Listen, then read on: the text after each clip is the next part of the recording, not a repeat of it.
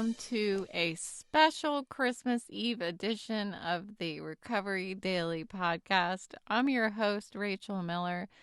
I'm a grateful recovering alcoholic and stroke survivor. I don't know why it's special. I don't know why it's a special episode. It's just Christmas Eve, that's all. So, wow, I had such a busy day and I'm exhausted. But it was all good. It was good stuff. My head isn't even like killing me. I feel it, but I just am trying to remain calm and stuff, and I feel okay actually. So, I thought I'd just talk to you about what happened today and also, like, I'm feeling very reflective tonight because my daughter came home yesterday, I mentioned, and today my son came home with his girlfriend, who I love like a daughter. And so, like, tonight, I turned the lights off and just the Christmas tree was on. And you know that like amazing glow in the room when the house is dark and just the Christmas tree is on. And it was like just just only an hour ago. I guess it's been 2 hours now. Maybe an hour ago. It was hour and a half was chaotic in this house. You know, my kids are grown up. They're not kids anymore. One's 26 and one's 22. And so as I was like standing there after they left, and I'll explain like what we did and where they went, but after they left, I was like just standing there in the silence where there's like just the darkness and the tree is glowing, and I'm like, this this is like one of those feelings that make recovery worth it. You know, I mean, there's so many things that make it worth it, but this is like one of those cherry on top feelings when I just got to see my kids and everybody's happy and healthy, and both of them, when they came home, I could just tell were like so happy to see their mommy and to be with me, and so it's just and be home. So it's just that feeling, you know. Anyway, I'm just feeling very reflective about just all the love and the laughter that was just here just a couple hours ago. So, tonight's episode, I wanted to talk about that ebb and flow of the energy that comes and goes um, in and out of this house when the kids come home and then they leave again. And the moments that we share together now, and the the amazing fulfillment I get after in the aftermath of them being here. So, um, I was going to talk a little bit about what it was like when they were kids, just a little bit. And this evening we had dinner together, and both kids brought their cats. Their cats. Actually, my daughter's is more of a kitten still, I think, but my son's is 10. So it's more of a cat, but they're both like the same size. They're both little kittens. And I call all dogs and cats kitties and like kitties and puppies and kittens and stuff. I don't ever call them like dogs and cats for the most part. So earlier this evening, my son came here. I guess it was about five or so that they got here, and I made a vegan dinner because we have started being vegan. So it's been a couple weeks now that we've been vegan. So my daughter was devastated when I said to her on the phone right before she came home. I was like, "Oh, did I not tell you that we're vegan now?" And she was like acting like it was the end of the world. Like, I'm like, "How does this affect you at all?" And she's like, "This is terrible. I'm just going to eat away out, not at home and everything." Um, but so tonight I made a mushroom penne a la vodka, but of course the vodka was replaced because I don't have vodka in my house, um, with a mix of apple cider vinegar and homemade mushroom broth. So, just a quarter of a cup of the apple cider vinegar and a quarter a cup of mushroom broth, and it was pretty good. I wish I didn't tell the kids that I used apple cider vinegar because I think that you could tell if you know that it's apple cider vinegar. Anyway, little tip, you can replace vodka with apple cider vinegar. And it was very good. It was delicious.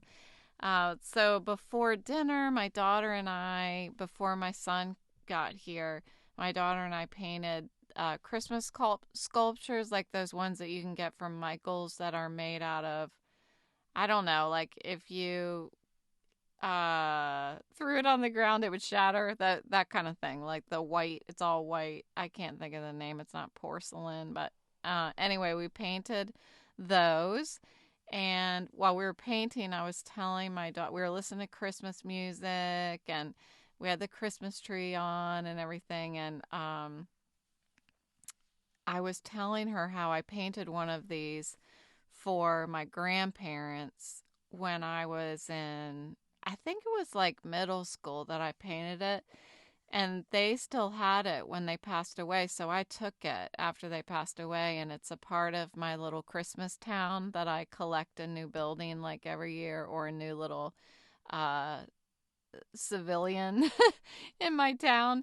And I have this sculpture like in my town now. And so I was talking to her about, you can imagine, I'm like, so I made one of these when my grandmother was, before they passed away, and I still have it, and so you're gonna remember this, and blah blah blah. And I looked at her, and she's just like, no, no, no, no, no. I don't think she was listening to a word I said. And I was just thinking, she's not gonna get it until she's my age. You just don't get it. Like, the feelings that I have now, I didn't feel them when I was younger. I felt different things. Like, I remember the feeling of, on Christmas Day, we would go to my grandmother's house, the same one who I painted that thing for. And we would stay there, my dad would come, and we would all open presents over there. And then we would ride home. My mom and my brother and my sister and I would ride home, and it was dark outside, and I just remember that cozy feeling of being in a warm car, and it was a cold December, evening. And I remember like all of the lights on outside of the car as we were driving home. It was such a cozy feeling. I love that feeling. But that feeling is a different feeling than what I feel now as an adult. And they're both awesome feelings.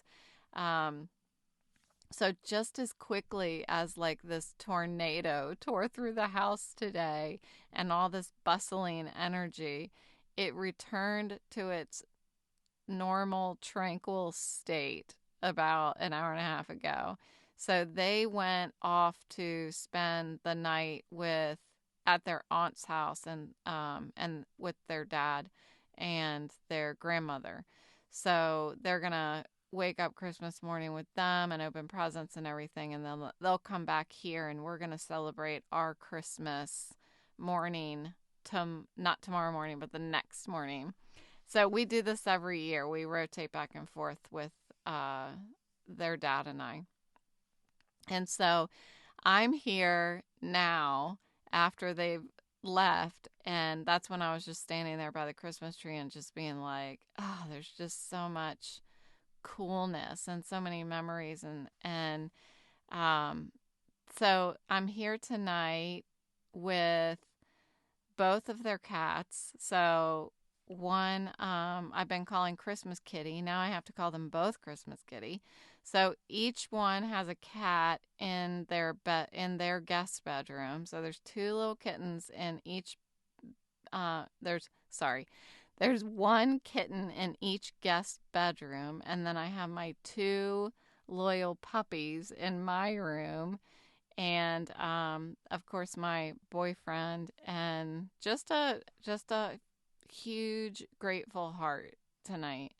And there is something about that energy that like fills the house when the kids visit. It's like a gust of wind that like breathes life into every nook and corner of the house.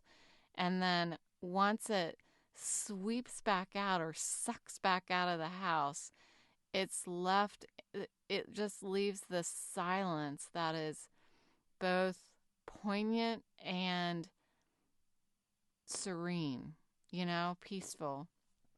So when after they walked out the door, and I was just standing there, and I just had to like kind of exhale this deep breath because it was just like, whoa, what just happened? And my boyfriend said, do you remember, not just a few years ago when we were living in Charlestown and my son was like beating on the drums down in the basement. He had an acoustic set of drums down there for a long time, he did. And so he would be down there beating on the drums, and it was to the point where I couldn't even hear the drums. Like I had learned how to just block that out. I couldn't even hear it. And my son or my boyfriend would just be like, how can you sit here? Like I would have the TV on. Of course, I couldn't hear the TV, so I would just look at the TV. And I must have gone into some kind of trance or something because it didn't bother me at all. It did at first when we first got the drums, but after that it was just like some kind of, I guess either I was going to go crazy or my body adapted to how to deal with it. So, and then my daughter and her friends were always somewhere in the house giggling. And there was just so much happening all the time when we lived in Charlestown. And it was just so much chaos all the time. But I loved it. And I think that's why now that chaos has been replaced with this like serene stage of our lives. This just like, it's quiet here all the time. It's always quiet. And what's cool is that I need that right now in my life. I need the quiet. I need to be able to slow down. And I've talked about that, how I have a really hard time slowing down. You can probably tell when I'm talking in the episodes. Sometimes I'm just like, yeah, da, da, da, da. It's like I can't even get the words out fast enough. So it's nice now to have that quiet, but I do love when that whirlwind of energy comes blowing through here. But this is a different kind of energy that's left after they leave. It's like, there's sometimes silence is loud to me. I don't know if that makes sense to other people, but maybe it's just the internal chatter or whatever's happening in my brain, but when it gets silent after so much chaos, I have so many thoughts going through my head about like how much growth we've all undergone over the past few years and how much change has happened and how we've all weathered it. We've all weathered all of this stuff. And there's so much to be felt when the house gets silent again. And depending on my perspective when that silence is here. I can either get sad or I can be grateful. And right now I'm feeling grateful.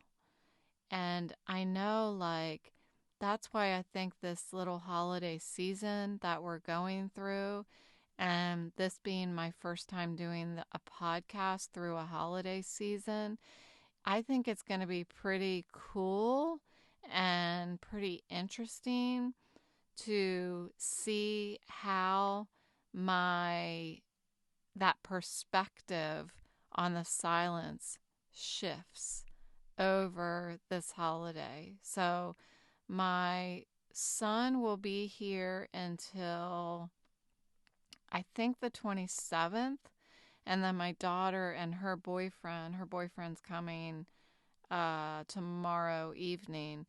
They're going to be here through the 30th. So just just like this past week on Tuesday and Wednesday where I was feeling really down, and then we got to yesterday when my daughter showed up and I was like, oh, there it is. There's the Christmas spirit and stuff. And it's just even more now that my son got here and his girlfriend, and there's just so much joy that I'm feeling now.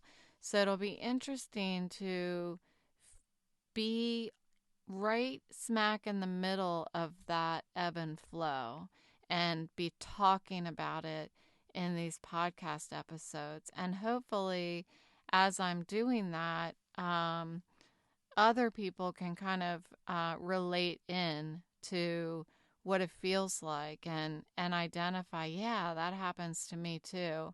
Um, so hopefully it'll be helpful for all of us. And please feel free to leave a message in the comments. I would love to hear, if you're feeling the same things or anything like that. I would love that. And I'm actually working on a podcast plan for season 2, which starts on January 1st. So I have lots of new ideas for continuing to have fun in this podcast and do mix it up a little bit, and have fun with that. So keep people entertained, keep myself entertained too. So I'm just really happy that my kids look healthy and happy, and I can tell that they were happy to be home. I could see it in their face, and that's all I need for Christmas. It really is, and I know that's what there's a million songs about that, but it really is. The presence of my children, who, though grown, still just light up my light with their very existence. When I see their face, it fills me. It fills me with all I need in my life. It does. So to all of you listening, whether you're surrounded by family or you're spending the evening with your pets, or if you're in the quiet company of your own thoughts, I sincerely wish you a very Merry Christmas. Thank you so much for being a part of this recovery journey, and may your heart be as full as mine is tonight, whatever you're doing, and that you feel serenity and joy, and just remember, like, why we're here, that the ebb and flow of everything that we're dealing with, it just reminds me that every moment is a precious gift. So Merry Christmas, and I will talk to you tomorrow.